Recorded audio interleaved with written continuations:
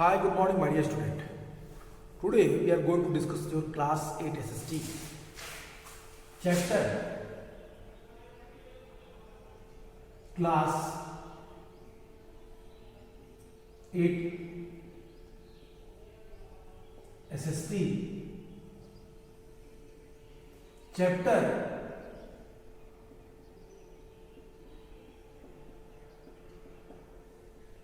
civilizing the native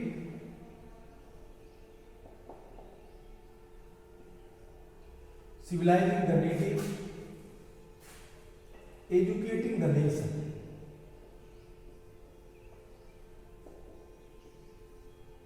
Educating the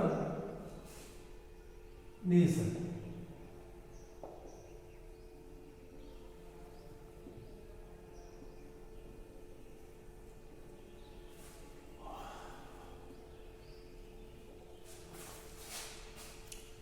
Dear student, as you know that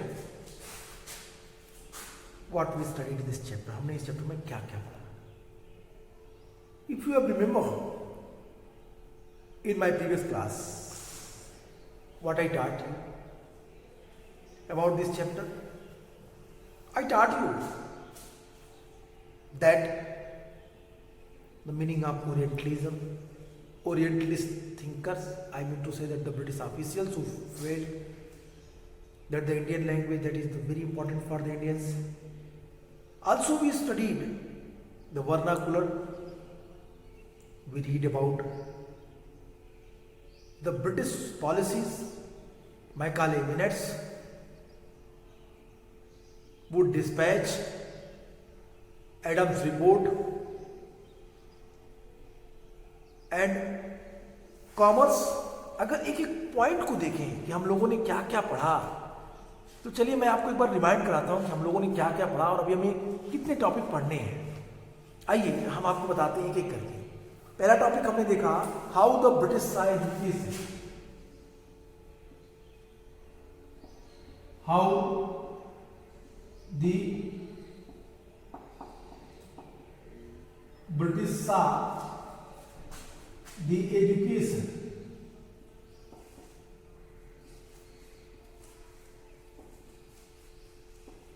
इस topic में हम लोगों ने कई सारे सब टॉपिक्स पढ़े. जैसे कौन कौन से सब टॉपिक्स, मैं एक को लिख देता हूं, आपको एक बार रिमाइंड हो जाएगा. हम लोगों ने चीजों बात की. हमने कहा था ट्रेडिशन ऑफ ओरिएंटलिज्म एक टॉपिक थी. दी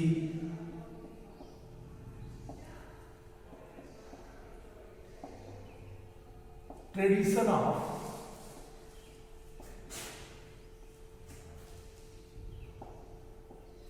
ओरिएंटलिज्म. इसके बाद का टॉपिक हमने ये नहीं पढ़ा. हम ट्रेडिशन ऑफ ओरिएंटलिज्म में हम लोगों ने, आपको याद होगा कि हमने इसमें विलियम जोन्स के बारे में पढ़ा. हमने इसके बारे इसमें हमने STH Colebrook, Henry Thomas Colebrook के बारे में पढ़ा. हम लोगों ने इसमें हम लोगों ने विल्किंसन की चर्चा हमने की थी. वारेन हेस्टिंग्स के मदरसा स्थापना की बात की, जोनाथन डंकन के बनारस स्कूल, हिंदू स्कूल की बात की. ये सारी चीजें हमको पढ़ा. फिर हमने इसमें सेकेंड टॉपिक था grave error of the east.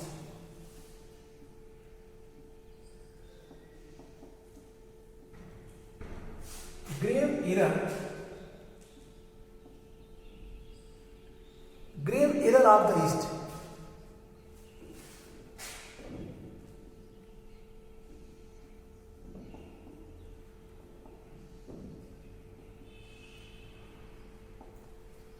इस टॉपिक में हम लोगों ने देखा किस तरह से ब्रिटिशर्स ये प्रूव करने का प्रयास कर रहे थे कि जो भारतीय एजुकेशन सिस्टम है वो अनसाइंटिफिक है, जो प्रैक्टिकल वे पे सही नहीं है, जो सुपरस्टिशन से भरा हुआ है, तमाम सारी बातें.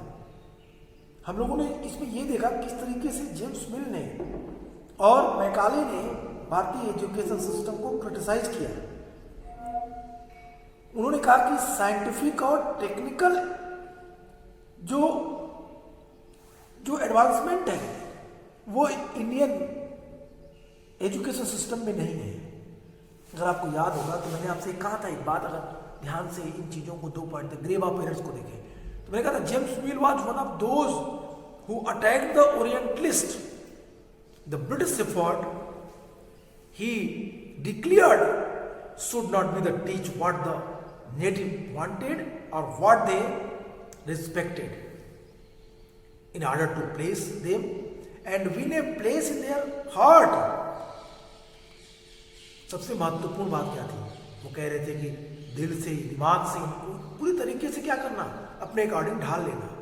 The aim of education are to teach what was useful and practical, so Indians should be made familiar with the scientific and technical advance that the West had made, rather than with the poetry and the sacred literature of the Orient. तो ये बातें कह रहे थे James मिल, जिसके बारे में हमने बात की. फिर हमने बेल्टन मैकाले की बात को आपको बताया था. तो ग्रेव ऑफ द एरर्स हम लोगों ने पढ़ा. फिर हमने उसमें किस तरीके से देखा कि ये लोग ये प्रूव कर रहे थे कि भारत की एजुकेशन सिस्टम पूरी तरीके से खराब है. और फिर हमने एजुकेशन फॉर कॉमर्स और टॉपिक इसका हमने पढ़ा था.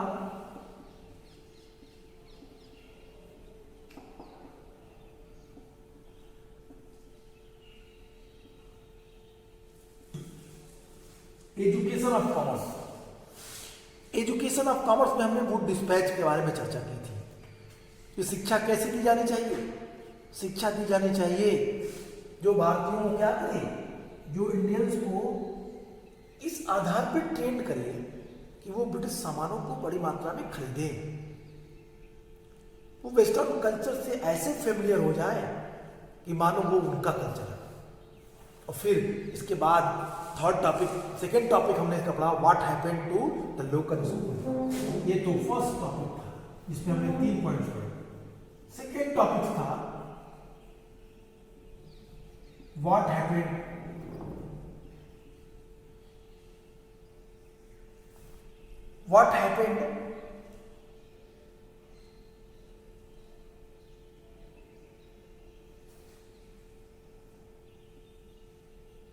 what happened to the local schools.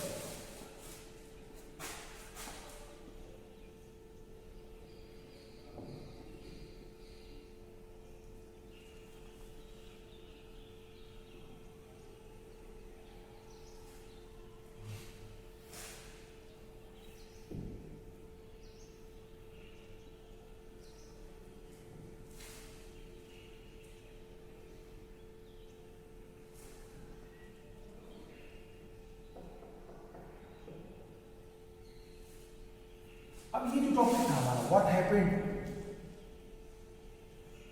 To the local school,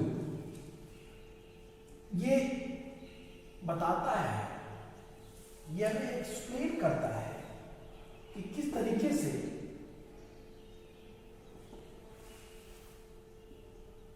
जो नई ब्रिटिश पॉलिसी इंप्लीमेंट हो रही थी, वो नई ब्रिटिश पॉलिसी भारतीय स्कूलों को कैसे प्रभावित कर रही थी.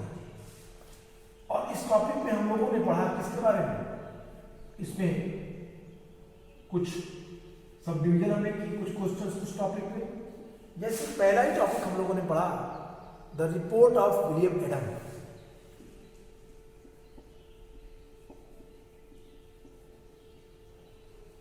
The report of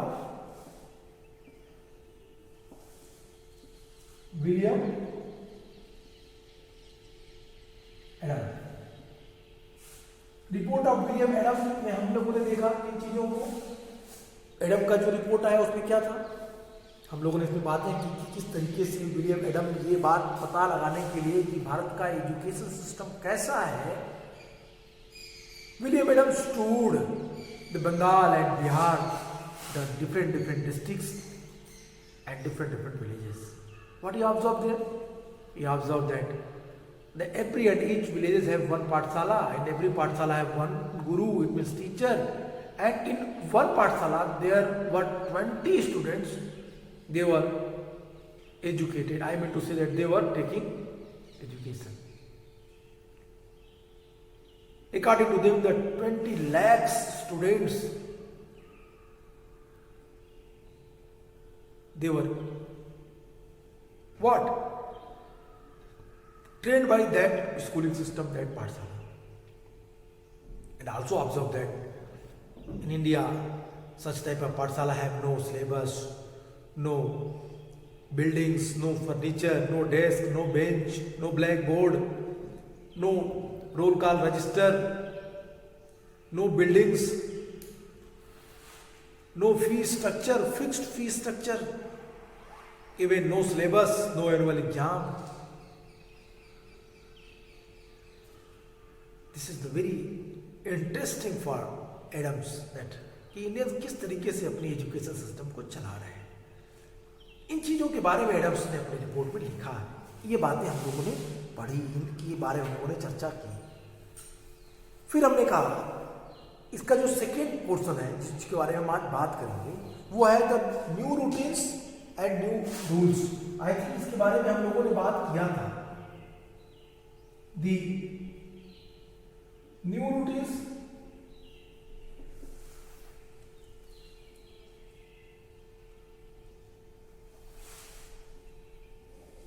new routines,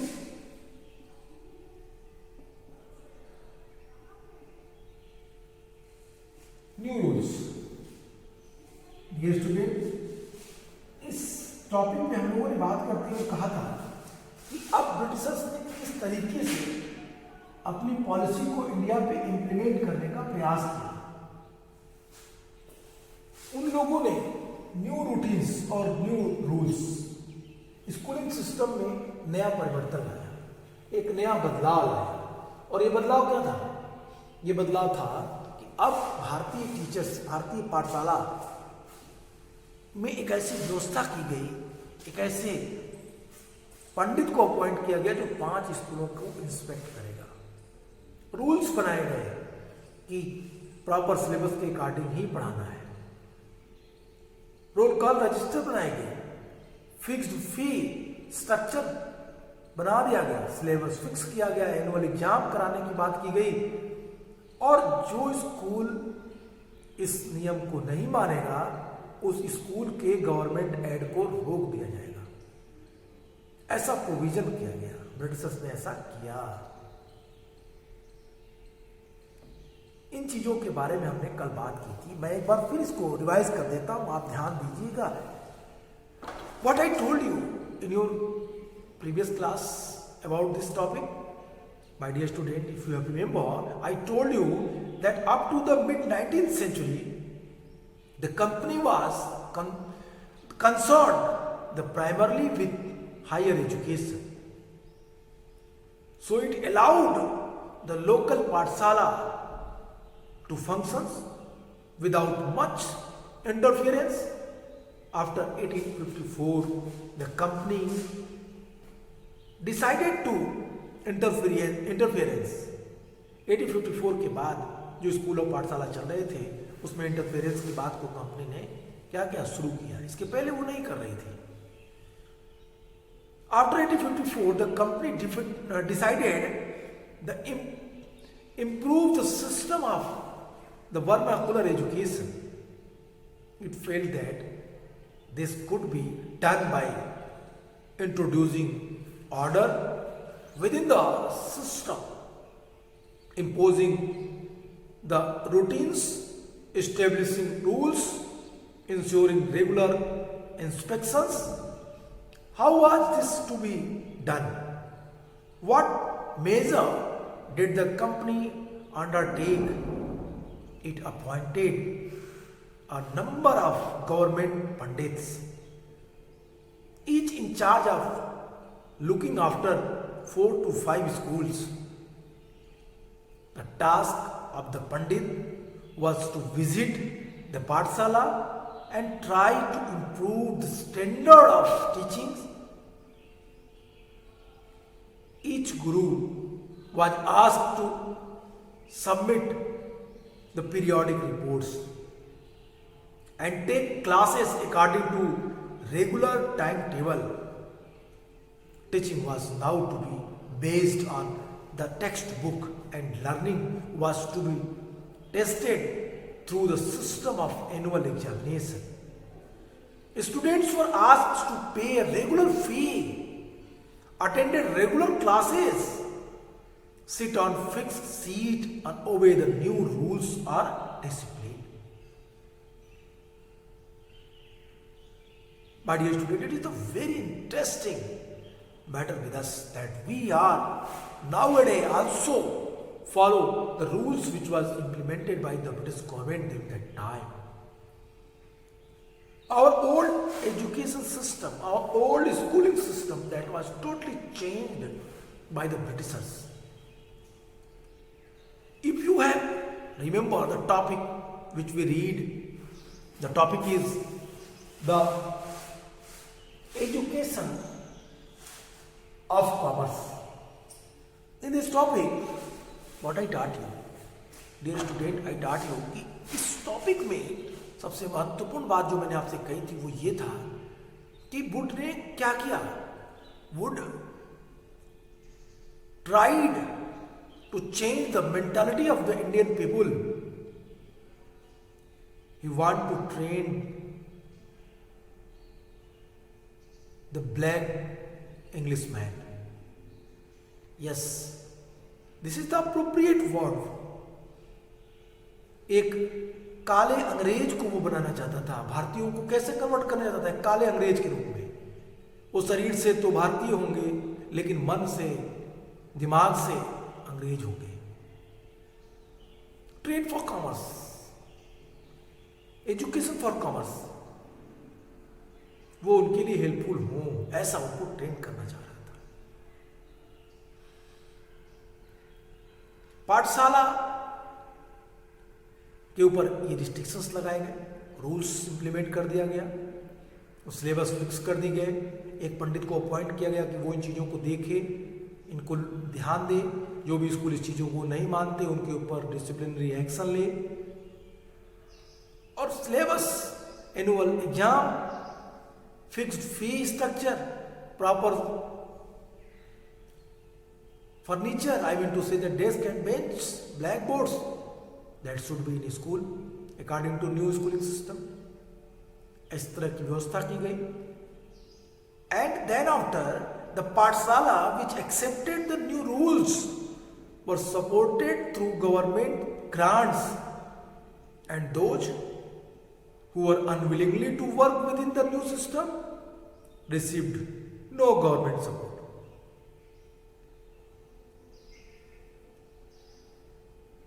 अब इन्होंने क्या किया? इकोनॉमिकली प्रेशर डालना शुरू किया. जो स्कूल इस नियम को मानेगा उसको गवर्नमेंट फंडिंग करेगी, उसको गवर्नमेंट एड दिया जाएगा. जो स्कूल इसे नहीं मानेगा उसे कोई भी गवर्नमेंट एड नहीं दिया जाएगा, उसे फंडिंग नहीं मिलेगी. तो इस तरीके से वो ये करना चाह रहे थे कि उन्होंने पूरी एजुकेशन सिस्टम को अपने अकॉर्डिंग कन्वर्ट कर लिया. Over time, Guru who wanted to retain their independence found it difficult to compete with the government aided and regulated Pathshala. The new rules and routines had another consequence in the earlier system. Children from poor peasants' family was flexible. The discipline of the new system demanded regular attendance even during harvest time, when children of poor family had to work in their field, as during that time they were unable to come to school. That should be taken, I mean to say the inability to attend school came to be seen as indiscipline, as evidence of the lack of desire to learn. My dear student, it is a very interesting matter what I am telling you. आज हमारी education system कमोबेश इसी आधार पर चल रही है. जो बच्चे स्कूल ना आए, ऐसे केस इनडिसिप्लिन में गिने जाएंगे. अगर वो फीस स्ट्रक्चर के अकॉर्डिंग फीस पे नहीं करता तो उसको स्कूल से निकाल दिया जाता है. इसके साथ साथ आप ओल्ड स्कूलिंग सिस्टम को देखिए, पाठशाला में क्या होता था, जो पेरेंट्स फीस देने लायक थे वो अपने इकोनॉमिकल स्टेटस के अकॉर्डिंग फी पेड करते थे। समृद्ध लोग, धनी लोग ज़्यादा फी देते थे, गरीब लोग कम देते थे, लेकिन पढ़ते थे दोनों बच्चे, साथ साथ पढ़ते थे, एक ही टीचर्स के सुपरविजन में वो अध्ययन करते थे। लेकिन बाद के समय में क्या हुआ, एक बड़ा बदलाव, चेंजेज, और इस चेंजेस ने पूरा सिनेरियो ही बदल डाला। अब यहां से हम नेक्स्ट टॉपिक पे बात करेंगे, और नेक्स्ट टॉपिक है the agenda for national education. Third, the agenda, I think show कर रहा है, yes, the agenda for national education.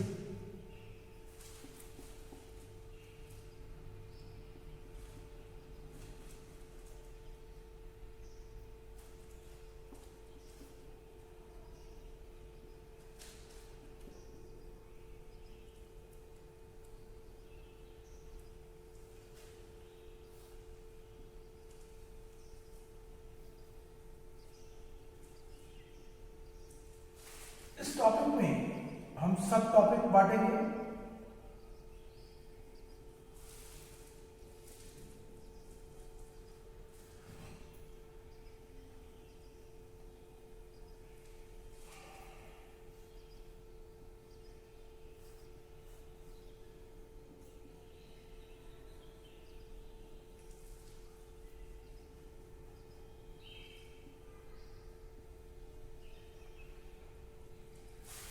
चलिए, हमने देखा तीसरा पॉइंट। इस टॉपिक में सब टॉपिक जो हम बांटेंगे, इस टॉपिक में देखिए क्या क्या टॉपिक है।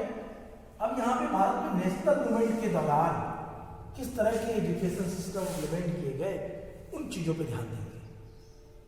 कौन कौन सी बातें की जा रही है नेशनल मूवमेंट में, और वो क्या क्या चीजें हैं, that is the very important. English education has in syllabus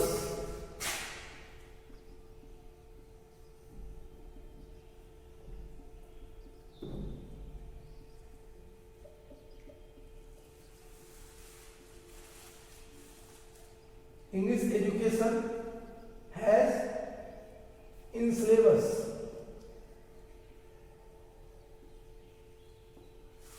कितनी बड़ी बात है। कहा गया कि अंग्रेजी शिक्षा हमें क्या कर रही है, दास बना रही है।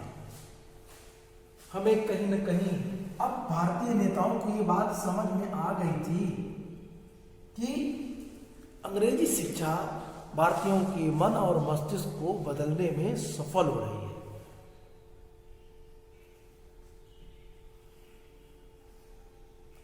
जब भारत में नेशनल मूवमेंट चल रहा था, my dear student, during that time when India national movement was started, specially if you will read the national movement of India, you have to categorize it into three parts. First, 1885 to 1905, that is moderate era. 1905 to 1919, that era was called extremist era. In 1909 to 1947, that is called Gandhian era.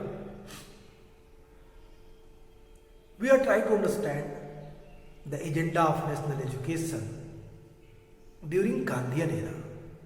Gandhian era, अगर अब मैं इस चीज़ों को एक बार फिर से explain करूं तो आप ऐसे देखिए,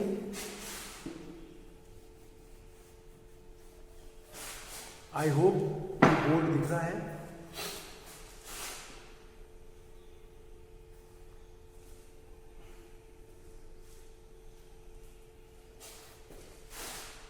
ब्रैकेट में चीजें क्लियर आ रही है कि नहीं? चलिए तो आओ छोटा ब्रैकेट करते हैं उन चीज़ों को समझाने के लिए। आई होप अब ब्रैकेट में वो चीज़ें आपको दिखेंगी। चलिए यहाँ पे दो तीन चीजें।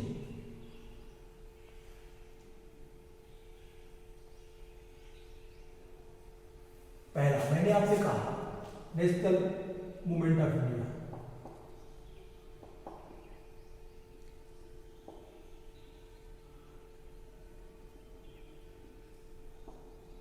National movement of India. हम बेसिकली कांग्रेस की हिस्ट्री को देखते हैं।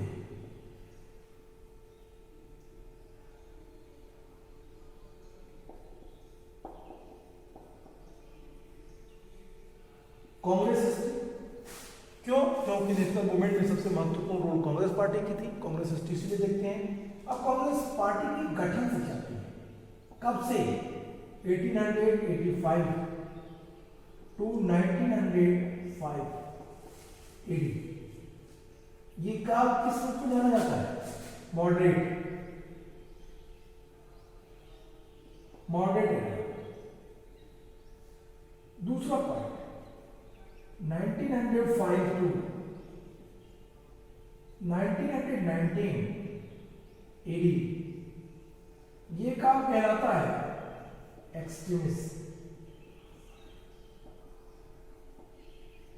एक्सट्रीमिज्म है।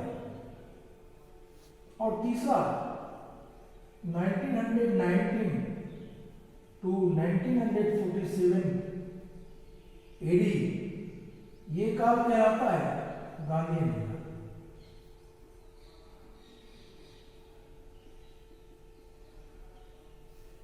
अब हम जो पढ़ेंगे, जो हम पढ़ने जा रहे हैं, हम जो पढ़ने जा रहे हैं, the topic the agenda for national education. और the agenda for the national education में हम किन चीजों पर ध्यान देंगे, किस एरा की बात करेंगे, तो इसके अकॉर्डिंग चलिए जो हमने डिवाइडेशन किया, कांग्रेस हिस्ट्री की, नेशनल मूवमेंट ऑफ इंडिया को, हमने नेशनल मूवमेंट ऑफ इंडिया को 3 पार्ट में तोड़ा। हमने कहा जब कांग्रेस स्टैब्लिश हुआ 1885, AOU, आपको याद है सब चीजें। कांग्रेस की स्थापना कब हुई? 1885। एलन ऑक्टेवियन हुम ने उसकी स्थापना की, सेक्रेटरी बने। WC बनर्जी उसके पहले प्रेसिडेंट बने। बम्बई वो जगह थी जहाँ पे इसका अधिवेशन किया गया। तो पहला ये मॉडरेट एरा था, यहाँ पे लोग याचना कर रहे थे, डिमांड करते थे ब्रिटिशर्स से कि हमें ये चीज मिले। सेकेंड एरा आया एक्सट्रीमिस्ट एरा। यहाँ पे अब भारतीयों को ये लगने लगा था कि किसी भी कीमत पे हमें हमारी स्वतंत्रता तभी मिलेगी जब हम ब्रिटिशर्स से क्या करेंगे, दो हाथ करके अपने अधिकारों को उनसे छीन लेंगे। I hope you are getting what I am telling you, my dear student. I want to tell you that the Indian people, they felt that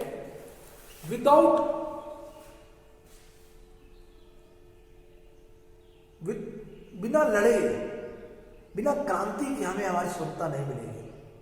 अब देखिए ये समय था जब 1905 बंगाल विभाजन, 1907 कांग्रेस में फूट, सूरत अधिवेशन में नरम दल और गरम दल, एक्सट्रीमिज्म और मॉडरेट 2 पार्ट में टूट गए।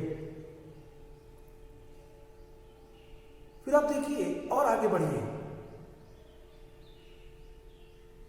भगत सिंह जैसे नेता, सोशलिस्ट रिपब्लिकन पार्टी जो बाद में बनी लेकिन उसके नेता सक्रिय थे। अब 1919 तक आइए, राजद्रोह अधिनियम पारित किया गया, जलियांवाला बाग मस्केयर हुआ, रॉलेट एक्ट बना, तो तमाम सारी चीजें बदल रही थी। और अंग्रेजों ने इसीलिए इस एरा का नाम उन्होंने लिखा कि ये एक्सट्रीमिज्म एरा थी। यहाँ पे एक्सट्रीमिस्ट एक्टिव थे। और फिर गांधीयन एरा की शुरुआत हुई। गांधी जी भारतीय राजनीति में आ गए 1919 टू 1947। ये काल गांधीयन एरा के नाम से जाना जाता था। The British officials were not only people thinking about the education in India from the early 19th century. Many thinkers from the different part of India began to talk of the need for a wider spread of education impressed with the development in Europe. Some Indians felt that the Western education would help the modernize India. They urged that British to open more school, colleges and universities and spend more money on the education. You will read about some of these efforts in chapter 9. There were other Indians, however, who reacted against Western education. Mahatma Gandhi and Rabindranath Tagore were two such individuals.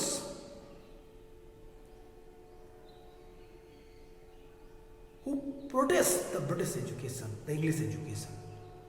ये वो लोग थे जिन्होंने अंग्रेजी शिक्षा का विरोध किया। भारत में कुछ ऐसे लोग थे जो ये मान रहे थे कि हमें अंग्रेजों की शिक्षा प्रणाली के अकॉर्डिंग ही एजुकेशन को करना चाहिए, क्योंकि ये फ्रूटफुल होगा भारतीयों के लिए। और फिर भारत में जब ये बात आई कि English education has in syllabus, इस तरह की विचारधारा महात्मा गांधी और टैगोर ने स्टैब्लिश किया।